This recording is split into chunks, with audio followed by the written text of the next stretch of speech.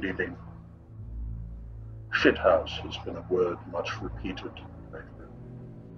It's been repeated in the popular press. It was spoken by a deeply unpopular president, and it has spurned the discussion of some rather unpleasant aspects of the American character. But shithouse itself, originally a Gaelic word, I won't burden you with its pronunciation, but it was a Gaelic word. In its original context, this was a reference to a place of rest and peace,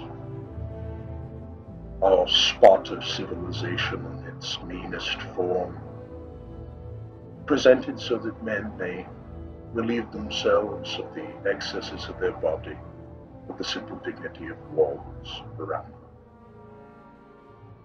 I know something about this because I did in my youth travel around Ireland, seated on a donkey attempting to be a painter. I didn't end up being a painter. I wound up at the Gate Theatre. That's where I became an actor.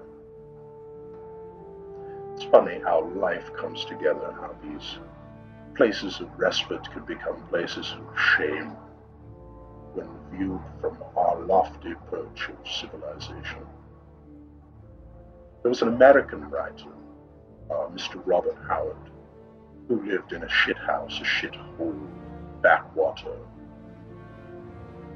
a part of Texas in the real West, overrun with oil rigs, temporary workers, roughnecks who were barely controlled, boom towns exploding out of the reach of law and order, surrounded all the time by an endless expanse of landscape. Valuable now because beneath it might contain oil, but at the time totally worthless, empty, hated. A true nowhere. But Robert Howard did not feel cursed by his home, this shithole that he lived and wrote in, although certainly it cursed him in his personal life. No, he felt connected to the whole landscape of the beauty of the West. And so, by way of poetic comment, the obedient servant offers this, a reading of the 1932 poem Cimmeria by Robert Irvin Howard, written, as the author says, in recollection of a rainy morning overlooking the hills of Fredericksburg. I remember dark woods masking slopes of somber hills, the gray clouds' everlasting arch, the dusky streams that flowed without a sound, and the lone winds that whispered down the passes. Vista on vista marching, hills on hills, slope beyond slope, each dark with sullen trees our gaunt land lay. So when a man climbed up a rugged peak and gazed, his shaded eye saw but the endless vista, hill on hill, slope beyond slope, each hooded like its brothers.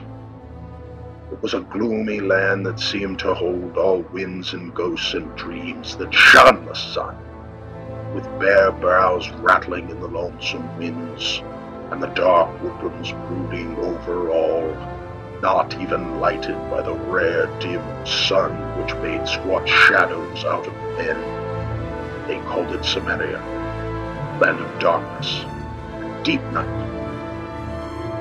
'Twas so long ago and far away, I have forgot the very name men called me. The axe and flint-tipped spear are like a dream, and hunts and wars are shadows I recall, only the stillness of that somber land, the clouds that plied forever on the hills, the dimness of the everlasting woods. Cimmeria, land of darkness and the night. O soul of mine, born out of shadowed hills, to clouds and winds and ghosts that shun the sun, how many deaths shall serve to break at last this heritage which wraps me in the grey apparel of ghosts?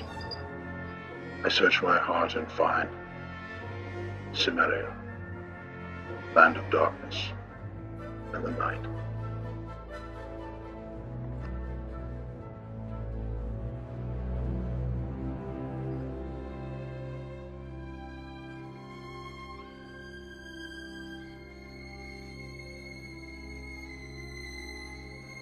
And that's our program for this evening. Until next time, I remain your obedient servant.